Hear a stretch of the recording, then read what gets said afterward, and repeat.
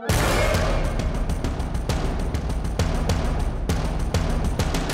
virus is still there, we are still having cases, and the virus is mutating.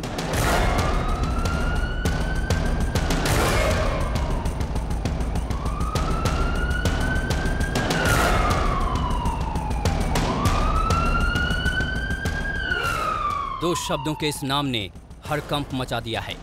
केंद्र सरकार की भी नींद उड़ा दी है। दूसरी लहर में 2 लाख से ज्यादा लोगों की जान लेने वाले डेल्टा वेरिएंट का खौफ अभी गया भी नहीं था कि डेल्टा प्लस ने केंद्र सरकार को चिंता में डाल दिया है। देश में कोरोना वायरस के इस नए वेरिएंट के 40 से ज्यादा मामले सामने आ चुके हैं।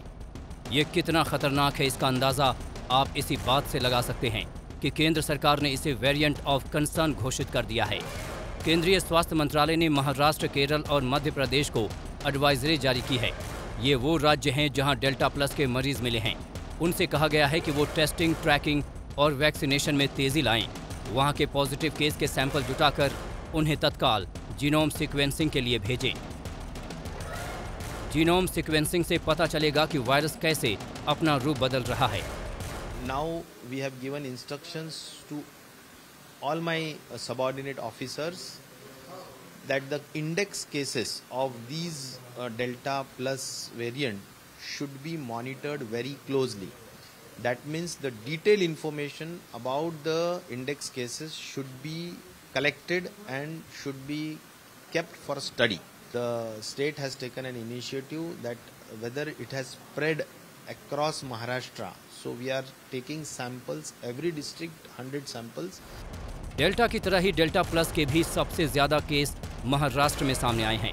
अब इसके नए अवतार डेल्टा प्लस को लेकर हड़कंप मचा है। It does have a mutation which is being shown to cause some degree of immune escape mechanism. So one is concerned that if this variant may have a capacity to decrease the efficacy of vaccine or cause some degree of reinfection in those who have already had COVID in the past. Delta plus के मामले देश के 5 राज्यों में फैल चुके हैं। महाराष्ट्र, मध्य प्रदेश, केरल, कर्नाटक और तमिलनाडु में इस नए वेरिएंट के मरीज मिले हैं। दरअसल वायरस जिंदा रहने के लिए म्यूटेंट करता है और ये सिलसिला दिन रात जारी रहता है। वायरस जब जब रूप बदलता है वो अपने जिंदा रहने के हालातों को अपने लायक बनाता चला जाता है। यही वैज्ञानिकों और पूरी दुनिया के लिए चिंता की बात है। कोरोना वायरस या SARS-CoV-2 वायरस अब तक न जाने कितने रूप बदल चुका है। डेल्टा इसका अब तक का सबसे खौफनाक रूप है, मगर ताज़ा म्यूटेशन के बाद इसने डेल्टा प्लस का जो रूप लिया है उसे लेकर कई सवाल उठ रहे हैं।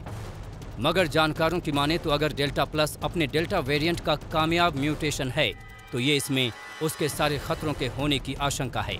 ये उसी की तरह तेज़ी से फैल सकता है, ज़्यादा गंभीर तौर पर बीमार कर सकता है, जिसका मतलब होगा अस्पतालों में ज़्यादा लोगों को भर्ती करने की ज़रूरत, दवाइयों को बेअसर करने की वैसी ही क्षमता और वैक्सीन को धोखा।